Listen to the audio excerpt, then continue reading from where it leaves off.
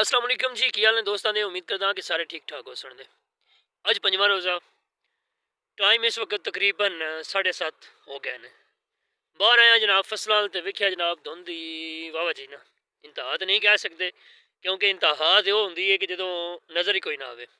नज़र तो आ रहा लेकिन खैर 1.5 किले तो अगे जड़ा नहीं वो कोई नहीं नज़र आ रहा। ए सामने पर आ रहे 2 किले तो एक वो को नहीं नज़र आ रहा। पहले 2-3 रोज़े भी जड़ा नहीं वो धुंध चंगी पई है। पहले 2-3 रोज़े तो समझो कि रात को बड़ी बेबा धुंध पै जाती सी कि नेड़े नेड़े तक जड़ा नहीं वो नज़र ही कोई नहीं सी आउंदा है। ते लेकिन ये कि अज फिर धुंध पई है, पंजवां रोज़ा है। ते बाकी अल्लाह पाक खैर फरमाए। सर्दी तो नॉर्मल ही है, कोई नहीं यार सर्दी है। सूरज भी माशाल्लाह आ गया उता कुछ देर तक इंशाल्लाह धुंध खत्म हो जाएगी तो धुप जड़ी वो अपने अरूज ते आ जाएगी। बाकी फिर अल्लाह पाक खैर फरमाए। तो कैसे रोज़े तुहाडे गुजर रहे हैं, तो कैसे दिन गुजर रहे हैं, तो किवें इबादतां गुजर रही हैं, कमेंटां दे विच जरूर दस्या जे।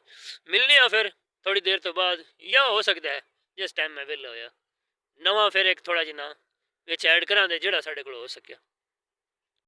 लो जी असी ना राह राह लग पे हाँ। तो देना आई धनिया, मैं लाया धनिया कोई 10 को मरले। मैं क्या पता नहीं होना थोड़े नाल साडी फिर दिहाड़ी इं शामी मुलाकात हो सके या ना हो सके। मैं क्या चलो राह ही जाने जाने ना गप शप करते चलीए तो नाले मुका लीए अपना व्लॉग। असं जनाब रखे धनिया सब्जी मंडी तो उत्थे धनिया रख के आ गए हैं वापसी। तो सर्दी चेक करो आखिरी ना कोई झटके ही ने जड़े हैं। अगों फिर आ जानी है गर्मी, तो गर्मी भी होनी है शिद्दत दी जी हुई। तो फिर जनाब साढ़े को ना गर्मी बर्दाश्त होनी है ना सर्दी। गर्मी होवे तां भी असां आया करनी है, सर्दी होवे तां भी असां आया करनी है। अल्लाह करे खैर तो कोई दिहाड़े ही ने।